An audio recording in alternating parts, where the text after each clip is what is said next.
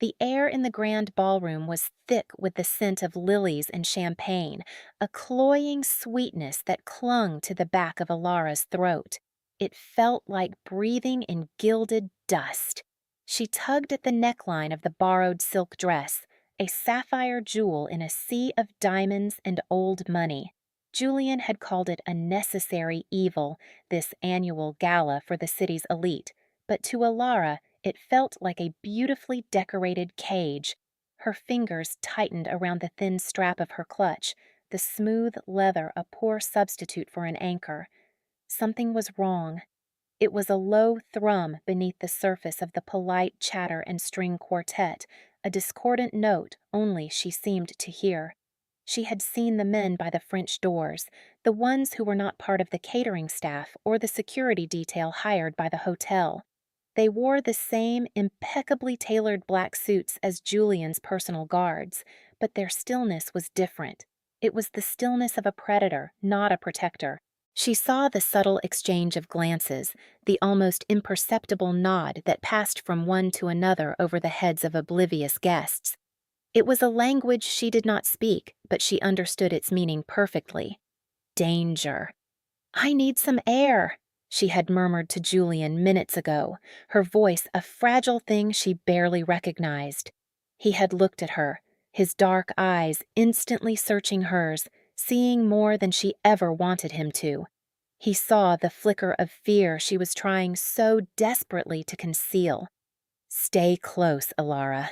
It was not a request, but the feeling, a cold, creeping dread, was too strong. She needed to escape the suffocating opulence, the veiled threats she could feel but not see.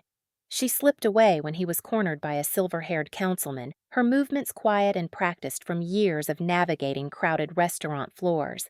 She found a small, secluded alcove near the service corridors, the noise of the party blessedly muffled. Her hands were trembling as she pulled out her phone. She dialed her roommate's number, her one link to a world that made sense. "Chloe," she whispered, her voice tight. "Listen to me." "Alara, what's wrong? You sound weird." "Something feels off tonight," Alara said, the words spilling out in a rush. "Really off. The way people are looking at him, the men at the doors, it's not right." "What do you mean? Like, business deal gone wrong off? Or something else?" Chloe knew the basics, the sanitized version of Julian Kang's life that Ilara herself was still struggling to accept. "Something else?" Ilara confirmed, her gaze darting towards the corridor. "I think I need to leave." "Just leave then. Get a cab. I'll have tea ready." The simple normalcy of it, tea, a cab, her tiny shared apartment, felt like a fantasy. "I'm going to try." She ended the call, took a deep, shaky breath, and headed for a discreet side exit she'd spotted earlier, one that led to the hotel's rear gardens. Her heart hammered against her ribs, a frantic drumbeat against the distant music. Freedom was 20 feet away. 10, 5. Her hand reached for the heavy brass handle. A shadow fell over her. "Where are you going, Alara?" She froze, her hand hovering just inches from the door. She did not need to turn around.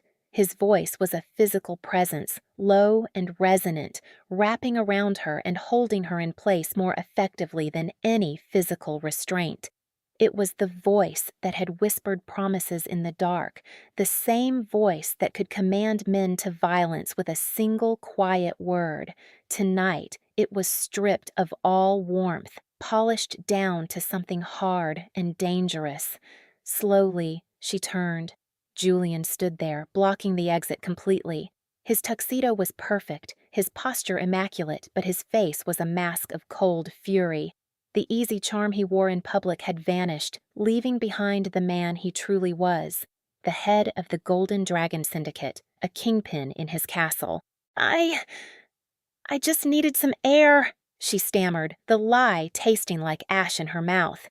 His eyes, black as obsidian, swept over her, missing nothing. He saw the phone still clutched in her hand, the fear in her posture, the desperate flight in her eyes. "You lie," he said. It was not an accusation, it was a simple statement of fact. He took a step closer, crowding her against the door, his sheer size eclipsing the dim light of the hallway. "You were running." The world had stopped 2 months ago. It had stopped the moment Julian Kang walked into Le Ciel, the ridiculously overpriced restaurant where Ilara poured wine for people who would never know her name. He had not walked in so much as commanded the space to bend around his presence. The maitre d', a man who prided himself on his unflappable demeanor, had practically genuflected. Julian moved with a lethal grace, his custom-tailored suit a dark armor against a world he owned. He was followed by his ever-present shadow, Min Jun, a man whose pleasant face did nothing to soften the sharp, watchful intelligence in his eyes. Ilara had been assigned his table. She remembered the tremor in her hand as she filled his water glass, acutely aware of the Patek Philippe watch on his wrist, a timepiece that was worth more than her entire life's earnings. He did not look at her. He did not look at anyone. His focus was on the conversation at his table, his voice a low murmur she could not catch. For him, she was just another part of the scenery, a ghost in a black apron. And then he had looked up. He had been in the middle of a sentence, gesturing dismissively to one of his companions. His gaze had swept across the room and snagged on hers. It was not a glance. It was a collision. The air left Ilara's lungs in a silent whoosh. Everything else in the bustling restaurant, the clatter of silverware, the murmur of 100 conversations, the soft music, faded into a dull, distant roar. There was only the unnerving intensity of his stare. It was as if he were peeling back the layers of her exhaustion and frustration to see something deep inside her, something she kept hidden even from herself. For Julian, the moment was apocalyptic. He had lived his entire life in a world of calculated moves and emotional detachment. Feelings were liabilities. Attachments were weaknesses his father had trained him to excise like a cancer. He had navigated betrayals, stared down rivals, and ordered actions that stained his soul, all without the flicker of an unwanted emotion. He was a fortress, impenetrable and cold. Then he saw a waitress with weary eyes the color of a stormy sea, and the fortress crumbled into dust. It was not love at first sight. It was something more primal, more terrifying. It was a feeling of recognition, as if a part of his own soul had been missing and he had just found it pouring water into his glass. The world didn't just stop. It fractured, reformed, and centered itself entirely on her. His sentence died in his throat. The men at his table fell silent, confused by their leader's sudden stillness. Min Jun, who knew Julian better than anyone, followed his line of sight. He saw the waitress, a pretty but unremarkable girl who looked like she needed a week of sleep. He saw the look on Julian's face, a raw, unguarded expression of shock and something akin to awe, and a deep sense of foreboding settled in his gut. This was new. This was dangerous. Ilara, unnerved, broke the contact first. She turned away abruptly, her cheeks burning, and retreated to the relative safety of the kitchen. But she could feel his eyes on her for the rest of the night, a physical weight on her back. When his party finally left, the maitre d' approached her, holding a black business card between his fingers as if it were a holy relic. "Mr. Kang requested I give this to you," he said, his voice hushed with reverence. "He said to call him." Ilara stared at the card. Embossed in simple gold lettering were 2 words: Julian Kang. No title, no company, no phone number, just a name. She threw it in the trash on her way out. Julian was not a man accustomed to being ignored. He was, however, a man who understood strategy. A direct assault had failed. He needed intelligence. He needed a new plan of attack. Find out everything about her, he had commanded Min Jun the next morning, his voice tight with an impatience that was entirely foreign to him. "Sir," Min Jun began cautiously, "is that wise? Getting involved with a civilian—" "I am not asking for your counsel on wisdom," Julian had snapped, his voice sharp as broken glass. "I am giving you an order. Her name, her address, her favorite color, what she fears, what she dreams about, everything. The report was on his desk within 24 hours. Alara Vance, 26 years old, orphaned father, mother with mounting medical bills from a chronic illness living 2 states away, a mountain of student debt from a literature degree she could not use. Worked 2 jobs, waitress at Le Ciel and a part-time shelving assistant at the city's main public library. Lived in a cramped apartment with a roommate, no boyfriend, no significant social life. Her life was a monochrome existence of work, worry, and exhaustion. A fierce, protective anger surged through Julian. The world had been cruel to her. He would correct that. He would give her everything. His first move was to send flowers. 3 dozen rare black orchids delivered to the restaurant. They were met with silence. His second move was more direct. He waited for her outside the library as she left her shift. The sleek, black sedan he favored as out of place as a panther in a petting zoo. She emerged, bundled in a worn coat, her face pale under the streetlights. She saw him leaning against the car, and her steps faltered. A flicker of alarm crossed her face before being replaced by a weary annoyance. "Mr. Kang?" she said, her tone flat. "This is creepy." He was taken aback. Women fawned over him, feared him, schemed to get his attention. None had ever called him creepy. "I wanted to talk to you." "We have nothing to talk about. I'm not interested." She tried to walk past him. He moved, not touching her, but blocking her path with his body. "I can be very generous." That was a mistake. Her gray eyes flashed with a sudden, fiery indignation that took his breath away. "I'm sure you can, but I'm not for sale. Now, if you'll excuse me, some of us have to get up early." She sidestepped him and walked away without a backward glance, leaving him standing on the cold pavement, feeling an emotion he hadn't experienced since he was a small boy. Utter bewilderment. This became their pattern. He would appear, a specter of wealth and power in her gray world. He offered dinners, gifts, a car. He offered to solve her problems. Each offer was met with a sharp, sarcastic retort and a resolute refusal. She was building a wall around herself, and every clumsy attempt he made to breach it only added another layer of bricks. He saw her one afternoon through the library window. She was carefully reshelving books, her movements precise. A small, genuine smile on her face as she ran her fingers over the spine of an old classic. In that moment, she was not the tired waitress or the wary woman who defied him. She was luminous. He felt a pang in his chest so sharp it was like a physical blow. He wanted that smile. He wanted it to be for him. He had to change his strategy.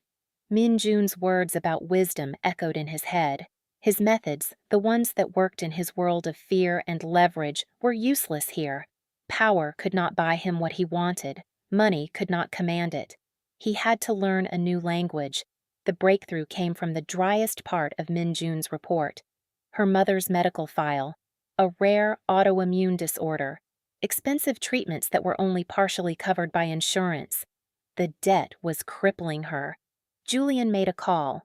An anonymous donation was made to the hospital, a sum large enough to cover all of Irene Vance's past and future treatments.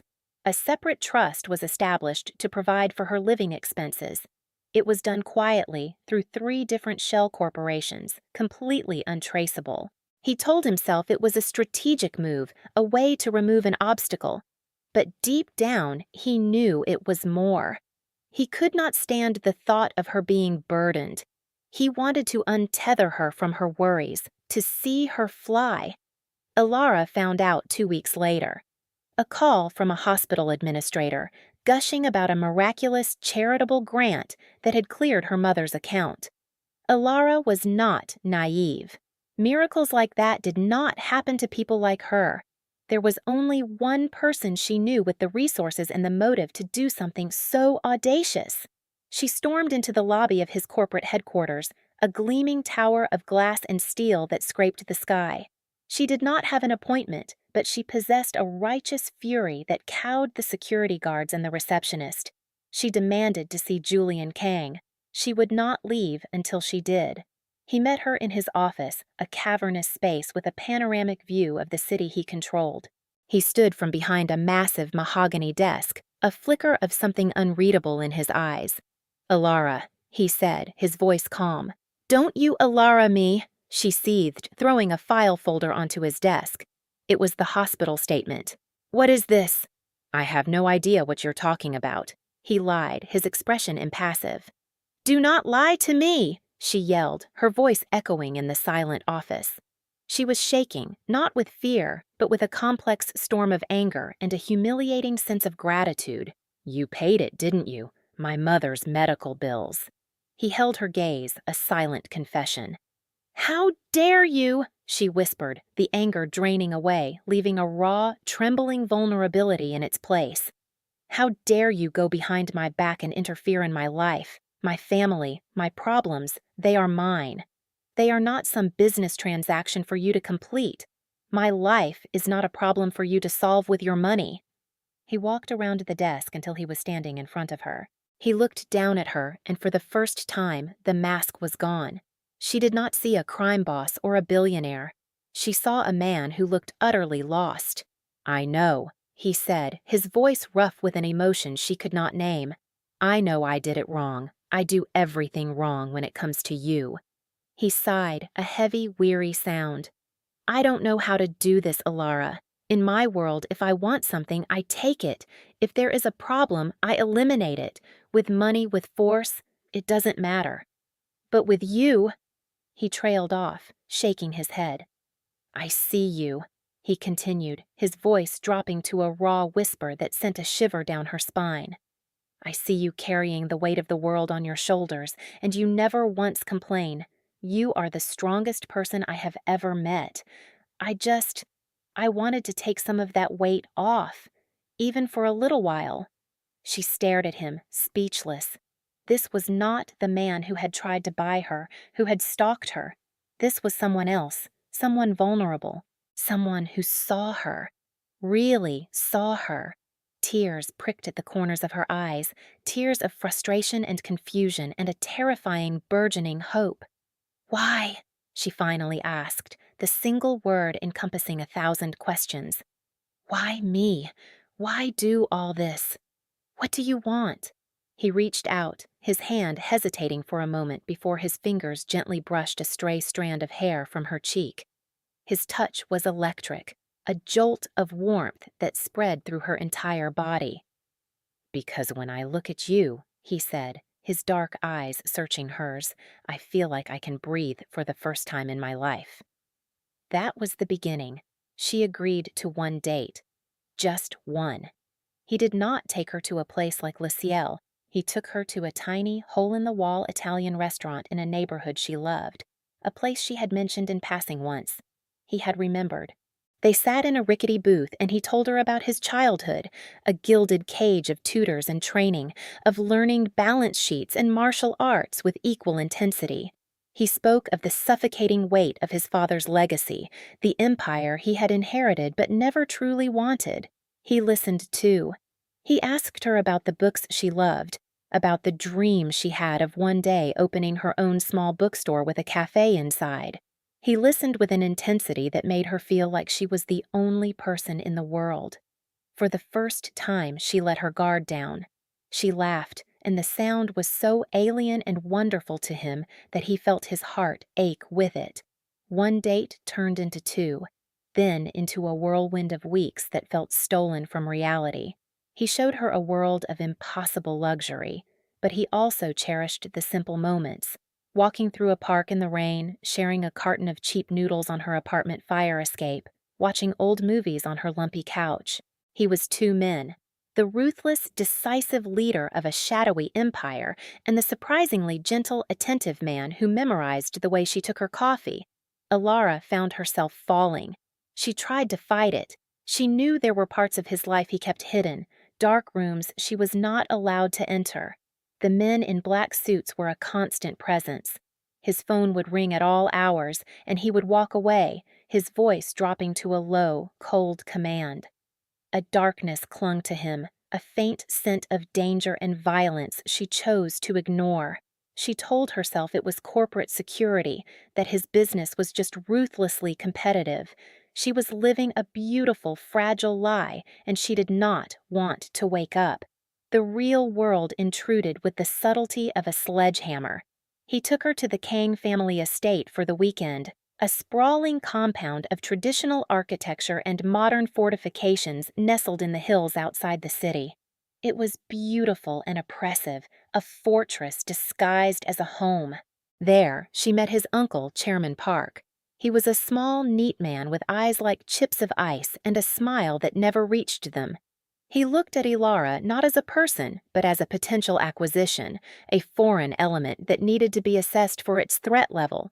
"You are a distraction," Chairman Park told Julian later that evening, his voice low and sharp when he thought Ilara was out of earshot. "The girl is a liability. Your father would never have allowed such a weakness." "My father is dead," Julian replied, his tone equally cold. "And she is not a weakness." The conversation planted a seed of ice in Ilara's heart. Later that night, in the sterile perfection of Julian's bedroom, she confronted him. "What did he mean?" she asked, her voice small. "A liability? What is it you actually do, Julian? What is Kang International?" Julian looked at her, and she saw the conflict warring in his eyes. He had been dreading this moment, postponing the inevitable confession that he knew would either bind her to him forever or shatter them completely. He could not build a future on a foundation of lies. Not with her. He took a deep breath. "My family does not run a simple import-export business, Ilara." He led her to the balcony, the cool night air a stark contrast to the sudden tension in the room. The city lights glittered below them like a carpet of scattered diamonds. "My grandfather built this empire from nothing after the war," he began, his voice a low, somber monotone. "He built it with his fists and his wits. My father expanded it. They called themselves businessmen, but they were gangsters, the Golden Dragon Syndicate. They control shipping lanes, construction unions, nightlife, and other less savory enterprises. Smuggling, money laundering, violence is the language they use to build all of this." Ilara felt the blood drain from her face. The vague, shadowy fears she had suppressed for weeks were coalescing into a monstrous, undeniable truth. A mafia boss. She had fallen in love with a mafia boss. The words sounded absurd, like something from one of the cheap paperback novels she sometimes shelved at the library. "I inherited it when my father died," he continued, his gaze fixed on the distant city. "I was raised for this, groomed to take over. I never had a choice. I have tried.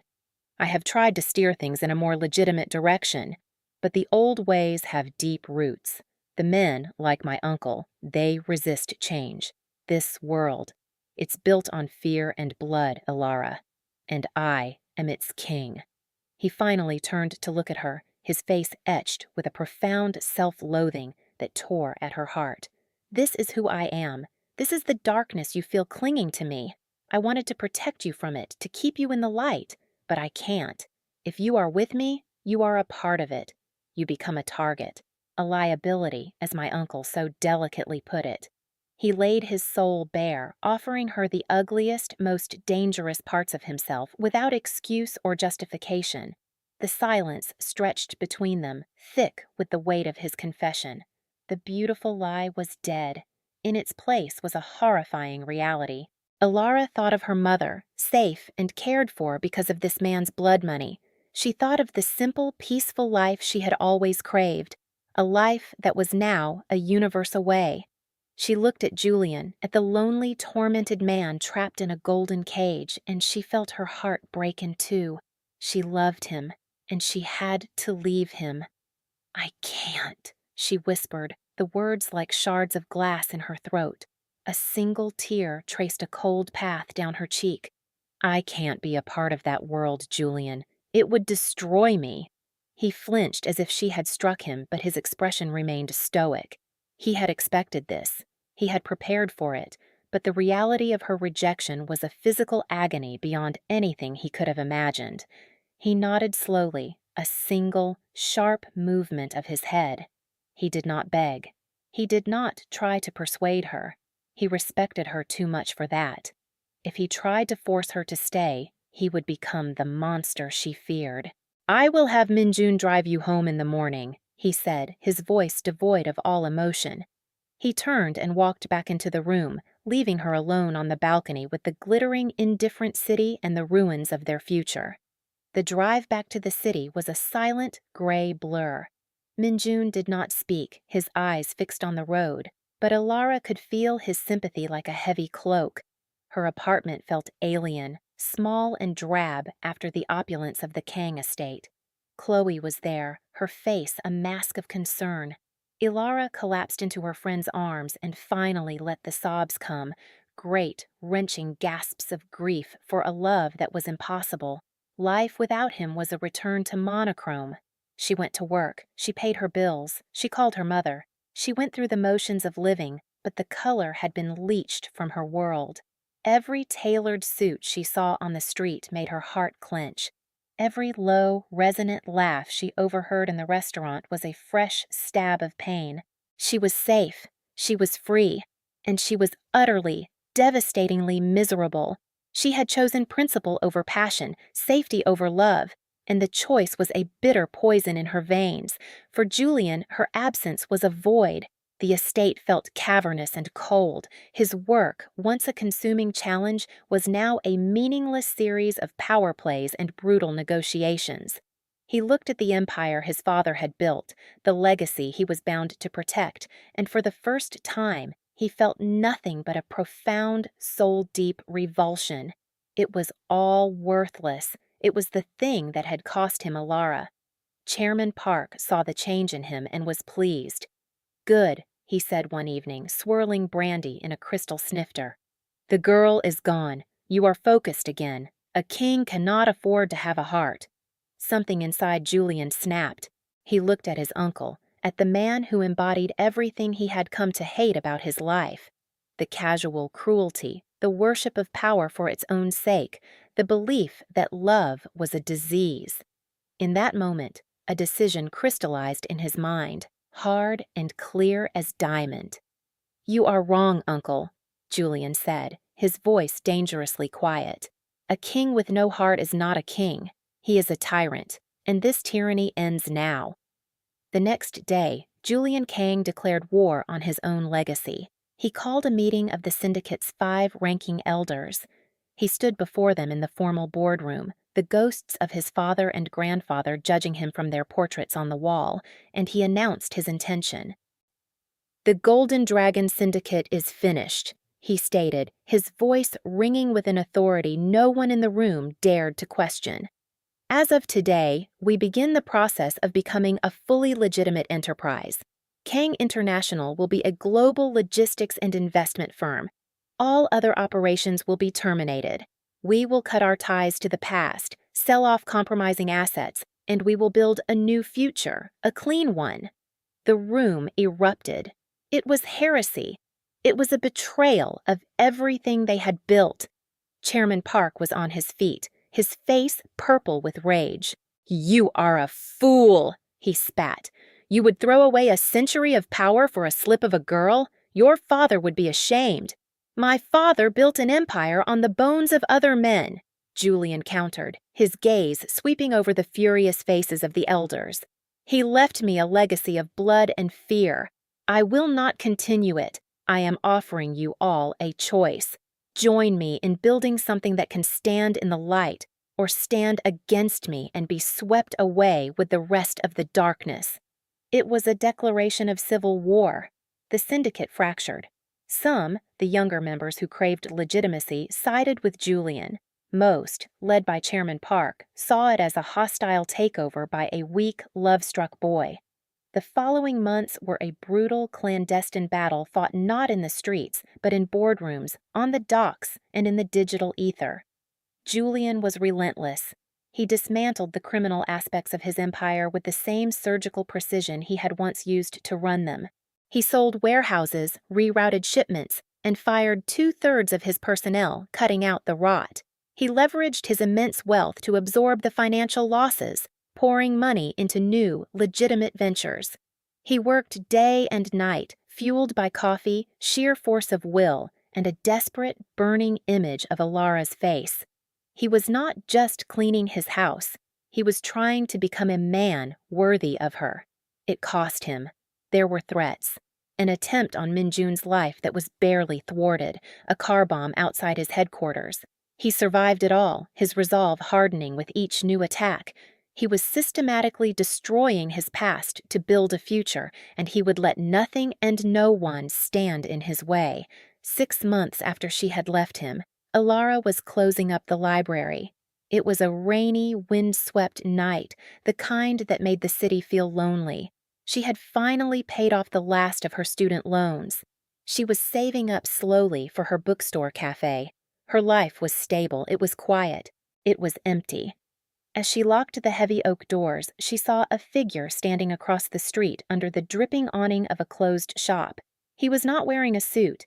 He was in a simple dark coat and jeans. He had no bodyguards, no sleek black car waiting at the curb. He was just a man standing in the rain. Her heart stopped. It was Julian. He looked different, thinner, perhaps. There were lines of exhaustion around his eyes she had never seen before, but there was also a lightness to him. The oppressive weight of command, the aura of constant danger, was gone. He looked free. She stood frozen on the library steps, the keys cold in her hand, the rain starting to soak her hair. He crossed the street, his steps unhurried, his eyes never leaving hers. He stopped a few feet in front of her. "Hello, Alara," he said. His voice was the same, that low, resonant sound that still haunted her dreams, but it was softer now. "Julian," she breathed, her voice barely a whisper. "What are you doing here?" "I came to see you," he said simply. He gestured vaguely behind him. "It's over. The old business. It's gone. Or most of it is. The transition is ongoing. It was messy, but I'm out. I dismantled it." She stared at him, trying to process his words. He had done it. He had actually done it. He had torn down his own kingdom. Why? A faint smile touched his lips, the first genuine smile she had seen from him in what felt like a lifetime. "You asked me that once before. The answer is still the same." He took a hesitant step closer, closing the distance between them. The rain fell harder, plastering his dark hair to his forehead, but he did not seem to notice. "I tried to live without you. I can't. It's like trying to live without air. Nothing else matters, Alara. Not the money, not the power. None of it. Only you." He was standing so close now, she could see the raindrops clinging to his eyelashes. She could see the raw hope and a terrible fear in his dark eyes, the fear that he had done all this for nothing, that it was too late. "It's not all clean yet," he admitted, his voice raw with honesty. "There are still shadows. It will take years to build something new, something truly good, but I'm doing it. I will spend the rest of my life doing it. I can't do it alone. I don't want to." He reached out, his hand hovering in the space between them, not touching her, giving her the choice. "Is there any chance? Is there still a place for me in your life?" The carefully constructed walls around Alara's heart did not just crumble, they were obliterated. All the lonely nights, the aching emptiness, the quiet grief, it all washed away in the face of this man who had remade his entire world for her. The tears that came to her eyes were not of sorrow, but of a profound, overwhelming joy. She did not answer him with words. She surged forward, her hands coming up to cup his face, and she pulled him down to her. The reunion kiss was not gentle or sweet. It was desperate and hungry, a collision of relief and longing. It tasted of rain and redemption. It was a promise made in the downpour, on the steps of a library, a promise of a new beginning built from the ashes of a dark past. He wrapped his arms around her, lifting her off her feet, holding her as if she were the only thing keeping him anchored to the earth. In that moment, under the gray, weeping sky, they were not a kingpin and a waitress. They were just a man and a woman who had fought their way through the darkness to find each other in the light. 1 year later, the reading nook opened its doors. It was a cozy, sunlit space filled with the scent of old paper and fresh coffee. Alara stood behind the counter, a smudge of flour on her cheek, watching as customers browsed the shelves she had so carefully curated. Her dream, once a distant, impossible fantasy, was now a warm, tangible reality. Julian had offered to buy her the best location in the city, to fund the entire venture with a blank check, but she had refused. She had used her own savings, supplemented by a standard business loan he had helped her secure through legitimate channels. This was hers. She had built it. Julian sat at a small table in the corner, ostensibly reading a newspaper, but his eyes were on her. He wore a simple gray sweater, the sleeves pushed up to his elbows. The ruthless CEO of the now thriving Kang Global Logistics was gone for the day. Here, he was just Julian, a man watching the woman he loved. The war for his company's soul had been won, though it had left scars. Chairman Park was in prison on tax evasion charges. The last remnants of the old guard had scattered to the winds. The empire was clean, and it was more profitable than ever. But Julian knew his greatest accomplishment was not in any boardroom. It was here, in this small, peaceful shop. He caught her eye and smiled, a real, easy smile that still made her heart skip a beat. She smiled back, a warmth spreading through her chest that had nothing to do with the cappuccino machine. Their life was not a fairy tale. There were still echoes of his past, moments of paranoia, a lingering need for security. But they were building their own quiet reality, day by day. They had found that true power was not in commanding fear, but in inspiring love. It was not in possessing the world, but in building a small, perfect corner of it together. Later that evening, they would walk home, hand in hand, to the life they had chosen, a life redeemed, a life of their own making. This story teaches us about the transformative power of love and the courage it takes to change. It shows that no one is beyond redemption if they are willing to fight for it, and that true strength lies not in the power we inherit, but in the choices we make to become better.